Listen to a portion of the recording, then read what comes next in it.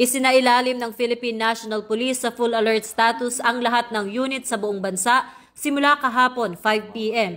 bilang paghahanda sa trillion peso March 2.0 na nakatakdang ganapin sa November 30 kasabay ng pagdiriwang ng Bonifacio Day.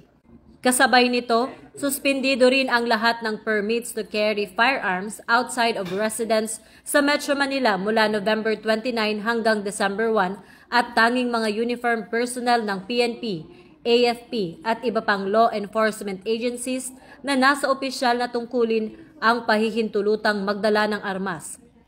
Binigyan diin ni Acting Chief PNP Police Lieutenant General Jose Melencio Nartatis Jr.